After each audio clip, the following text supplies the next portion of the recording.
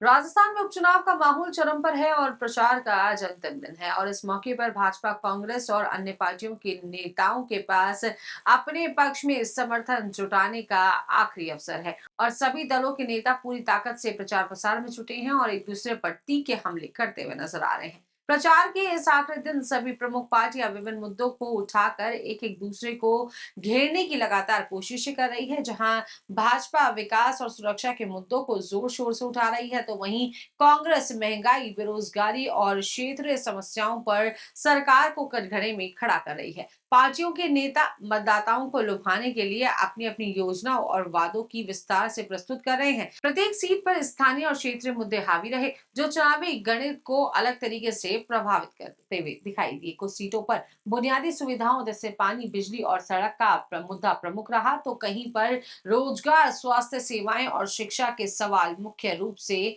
उठते हुए दिखाई दिए और इन मुद्दों को ध्यान में रखते हुए पार्टियां अपनी रणनीतियों को अंतिम रूप देती हुई नजर आई और स्थानीय समस्याओं का समाधान का आश्वासन देकर जनता का समर्थन हासिल करने का प्रयास करती हुई भी दिखाई दी। आपको बता दें कि प्रचार के आखिरी दिनों तक सभी दलों के नेता जनता के बीच अपनी उपस्थिति दर्ज कराने के लिए रैलियों और सभाओं का आयोजन करते रहे और जनता का समर्थन जीतने के लिए सभी दलों के नेता घर घर जाकर भी लगातार संपर्क करने का प्रयास करते रहे। चुनावी समीकरण को देखते हुए यह स्पष्ट है कि सीट पर जीत हासिल करने के लिए पार्टियों ने न केवल अपनी नीतियों बल्कि स्थानीय मुद्दों पर भी मजबूत पकड़ बनाई होगी। इन सीटों पर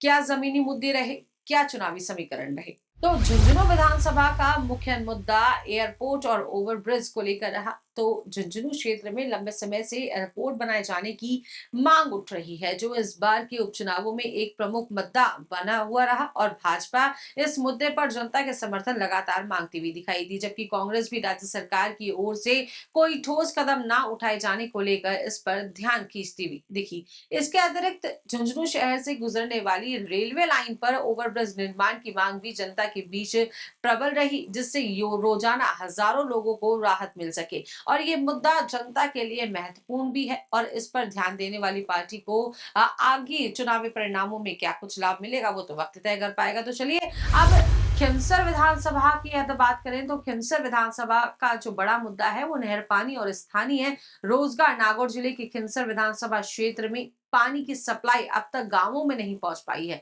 और पेयजल और सिंचाई की समस्या को देखते हुए इस उपचुनाव में नहर पानी की सुविधा का मुद्दा अहम दिखाई दिया और इसके साथ ही नागौर में अंबुजा सीमेंट प्लांट में स्थानीय लोगों को रोजगार में प्राथमिकता देने का मुद्दा भी प्रमुख दिखाई दिया और इस क्षेत्र में विभिन्न राजनीतिक पार्टियां इस मुद्दे पर जनता से समर्थन पाने की लगातार कोशिश करती हुई दिखाई दी। दौसा विधानसभा में यदि बात करें मुद्दों की तो दौसा विधानसभा में ईआरसीबी परियोजना और जल संकट पर यह मुद्दा गरमाता हुआ दिखाई दिया, जहां पर दौसा में पेयजल और सिंचाई के लिए पानी की कमी एक बड़ा मुद्दा है। कांग्रेस सरकार ने पहले ईस्टर्न राजस्थान कैनाल प्रोजेक्ट यानी कि ईआरसीपी के जरिए दौसा को पानी पहुंचाने का वादा किया था, लेकिन वर्तमान भाजपा सरकार ने इसे मध्य प्रदेश की चंबल, काली सिंध और पार्वती परियोजना से जोड़ दिया। अब भाजपा अब दौसा में पर्याप्त पानी की आपूर्ति का दावा कर रही है जिससे जल संकट का समाधान हो सके। तो वहीं रामगढ़ विधानसभा का एक अहम मुद्दा जो कि ओवरब्रिज और स्थानीय रोजगार है, जिसमें अलवर जिले के रामगढ़ में रेलवे ओवरब्रिज का मुद्दा उपचुनाव में लगातार चर्चा का विषय रहा और साथ ही गोविंदगढ़ में उपजिला अस्पताल और रामगढ़ में रिको एरिया विकसित करने की बात जनता के लिए महत्वपूर्ण है और इसके अलावा अलवर की विदेशी कंपनियों में स्थानीय लोगों को रोजगार में प्राथमिकता दिए जाने की मांग भी जोर पकड़ती हुई दिखाई दी। 84 विधानसभा की मुद्दे की बात की जाए तो औद्योगिक क्षेत्र का विकास और पलायन रोकना मुद्दा रहा और डूंगरपुर और आसपास के क्षेत्र के लोग रोजगार की तलाश में गुजरात पलायन करने को मजबूर दिखा रहे हैं। वहीं यहाँ की जनता औद्योगिक क्षेत्र के विकास की मांग कर रही है ताकि स्थानीय लोगों को रोजगार के लिए बाहर ना जाना पड़े और कांग्रेस, भाजपा और बीएपी सभी पार्टियां इस मुद्दों को भुनाने की लगातार कोशिश करती हुई दिखाई दी। साथ ही कड़ाना नदी के पानी को गांवों तक पहुंचाने का मुद्दा भी अहम रहा। सलम्बा विधानसभा के बड़े मुद्दे की यदि हम बात करें तो रोजगार और बुनियादी ढांचा इसको लेकर एक बड़ा मुद्दा बना। सलूम्बर क्षेत्र में रोजगार के अवसरों की कमी को चलते यहाँ के लोग अन्य राज्यों में पलायन कर रहे हैं और स्थानीय जनता की ये मांग है कि क्षेत्र में औद्योगिक इकाइयां स्थापित की जाएं।